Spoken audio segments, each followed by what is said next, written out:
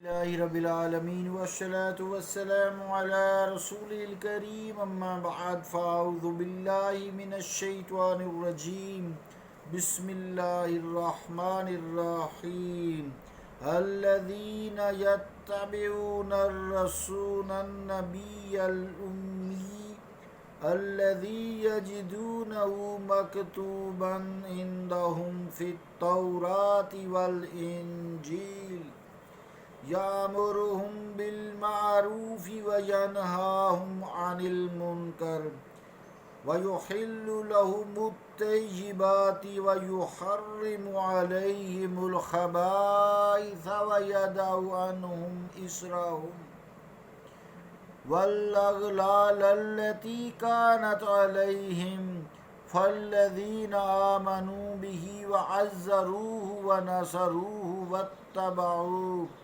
واتبعوا النور الذي أنزل معه أولئك هم المفلحون۔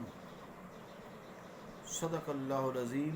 واجب الاحترام سامعین، السلام علیکم ورحمۃ اللہ وبرکاتہ۔ سورہ الاعراف کی 157 نمبر آیت تلاوت کرنے کی سعادت حاصل ہوئی ہے۔ سیرت النبی صلی اللہ علیہ وآلہ وسلم کے حوالے سے آپ کی شان ان آیات کے حوالے سے جو اللہ تعالیٰ نے بیان فرمائی ہے وہ بیان ہو رہا ہے سیرت النبی صلی اللہ علیہ وسلم کے حوالے سے۔ اس آیت کا ترجمہ یوں ہے: جو پیروی کرتے ہیں اس رسول کی جو نبی امی ہیں، جن کے ذکر کو وہ پاتے ہیں لکھا ہوا اپنے پاس تورات و انجیل میں، وہ نبی حکم دیتے ہیں انہیں نیکی کا اور روکتے ہیں انہیں برائی سے، اور حلال کرتے ہیں ان کے لیے پاک چیزیں اور حرام کرتے ہیں ان پر ناپاک چیزیں، اور اتارتے ہیں ان سے ان کا بوجھ اور کاٹتے ہیں وہ زنجیریں جو جکڑے ہوئے تھیں انہیں۔ پس جو لوگ ایمان لائے اس نبی امی صلی اللہ علیہ وسلم پر اور تعظیم کی آپ کی اور امداد کی آپ کی اور پیروی کی اس نور کی جو اتارا گیا آپ کے ساتھ، وہی خوش نصیب کامیاب و کامران ہیں۔ اللہ کا قول سچا ہے جو بڑی ہی عظمت والا ہے۔ عزیزان گرامی قدر، اس آیت میں سیدنا محمد عربی علیہ الصلاۃ والسلام کے اوصاف جمیلہ اور حضور علیہ الصلاۃ والسلام کی بعثت کے مقاصد جلیلہ بڑی وضاحت اور تفصیل سے بیان فرما دیے گئے ہیں۔ اللہ تعالیٰ کی طرف سے بھیجے ہوئے ہونے کی وجہ سے حضور علیہ الصلاۃ والسلام کو رسول اور مخلوق کی طرف مبعوث ہونے کی وجہ سے حضور علیہ الصلاۃ والسلام کو نبی فرمایا گیا ہے۔ حضور علیہ الصلاۃ والسلام کو الامی کہنے کی بے شمار وجوہات ہیں جو علماء خیر نے بیان فرمائی ہیں۔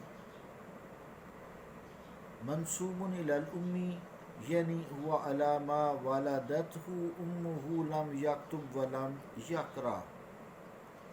تفسیر مظہری ترجمہ کیا ہے کہ یعنی ماں کی طرف منسوب کرتے ہوئے آپ صلی اللہ علیہ وآلہ وسلم کو امی کہا گیا، یعنی جیسے نوزائیدہ بچہ پڑھنا لکھنا نہیں جانتا، اسی طرح حضور علیہ الصلاۃ والسلام نے بھی کسی استاد سے لکھنا پڑھنا نہیں سیکھا، اور اس کے باوجود علم ظاہری اور علم ظاہری اور علوم باطنی سے سینہ مبارک کا لبریز ہونا حضور کریم صلی اللہ علیہ وآلہ وسلم کا روشن معجزہ ہے۔ حضرت علامہ اقبال رحمۃ اللہ علیہ نے پھر بھی کیا خوب کہا ہے: امی بود کے ما از اثر حکمت، امی بود کے ما از اثر حکمت او واقف از سر نہاں خانہ تقدیر شدہ۔ یعنی ترجمہ کیا ہے حضرت علامہ اقبال کا؟ یعنی ہمارے ہادی برحق صلی اللہ علیہ وسلم امی ہیں، لیکن آپ کی حکمت کی برکت سے ہم تقدیر کے اسرار و نہاں پر اطلاع پا گئے۔ دوسری وجہ امی کہنے کی یہ ہے کہ ام القرا یعنی مکہ شریف کی طرف نسبت کی وجہ سے آپ صلی اللہ علیہ وآلہ وسلم کو امی کہا گیا ہے۔ تیسری بعض کی رائے یہ ہے کہ امی امت کی طرف منسوب ہے، یعنی حضور علیہ الصلوۃ والسلام صاحب امت ہیں۔ عزیزان گرامی قدر، حضرت مولانا محمد نعیم الدین رحمۃ اللہ علیہ کا حاشیہ بڑا مفصل ہے، اس میں سے ایک اقتباس ہے، فرماتے ہیں کتب الہیہ حضور سید عالم صلی اللہ علیہ وآلہ وسلم کی نعت و صفت سے بھری ہوئی تھی۔ اہل کتاب ہر قرن میں یعنی صدی میں اپنی کتابوں کی تراش خراش کرتے رہے۔ ان کی بڑی کوشش رہی کہ حضور علیہ الصلوۃ والسلام کا ذکر اپنی کتابوں میں آپ کا نام نہ چھوڑیں، لیکن ہزاروں تبدیلیاں کرنے کے باوجود بھی موجودہ زمانہ کی بائبل میں حضور علیہ الصلوۃ والسلام کی بشارت کا نشان واضح طور پر، اسی طرح جو تورات ہے اس میں بھی واضح طور پر بیان کیا گیا ہے۔ انہوں نے پھر مختلف حوالے بھی دیے ہیں جس میں آپ صلی اللہ علیہ وآلہ وسلم کا اتنی کوشش کے باوجود بھی نام گرامی اب بھی موجود ہے۔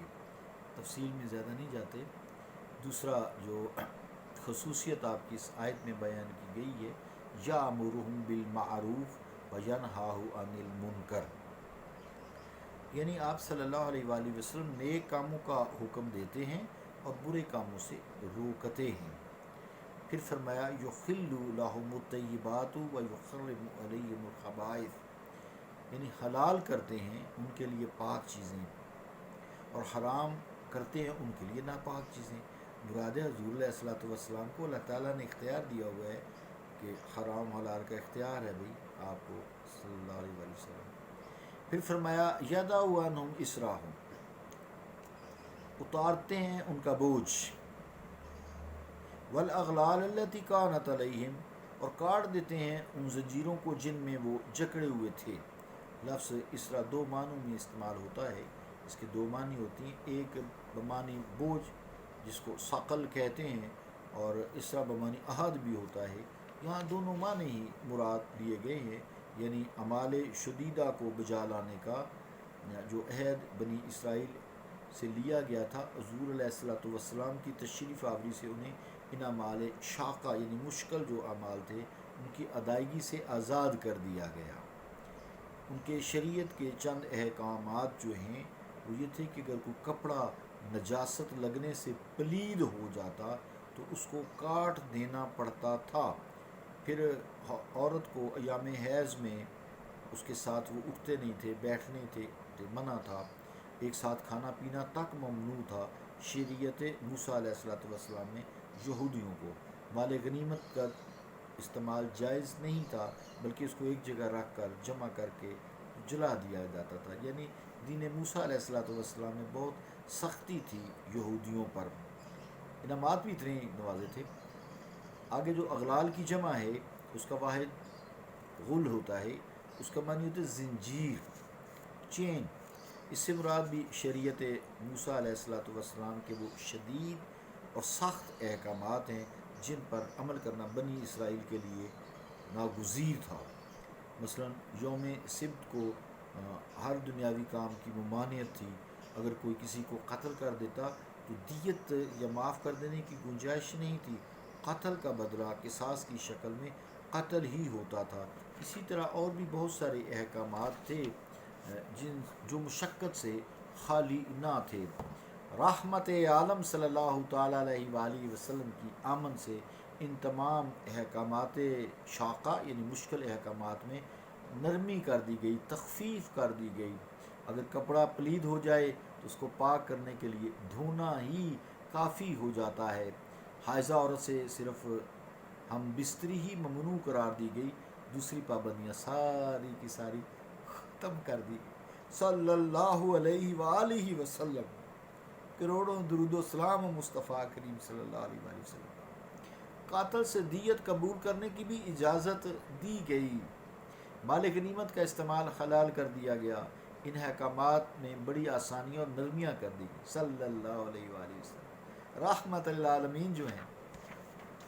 تو عزیزان گرامی قدر، ہزارہا درود و سلام ہوں، صلاۃ و سلام ہوں اس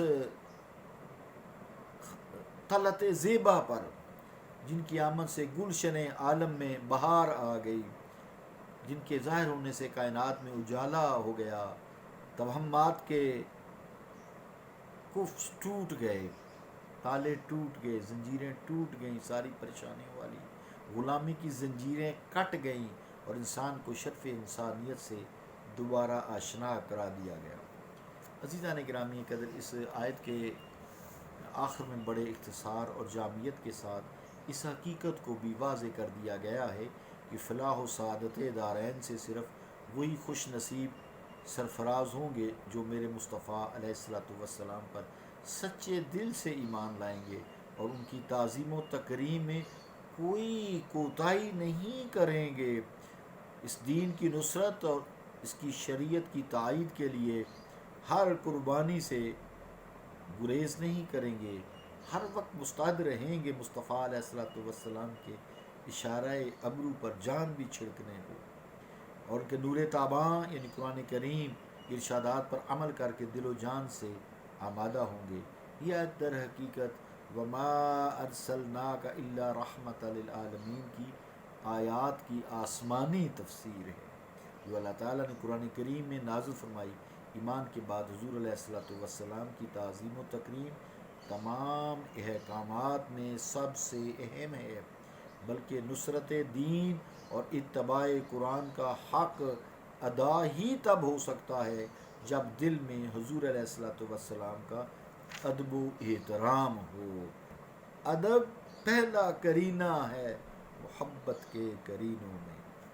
صلی اللہ تعالیٰ علی رسول خیر خلقہ محمد وعلی آلہ واصحابہ اجمعین برحمتک یا رحمۃ اللہ۔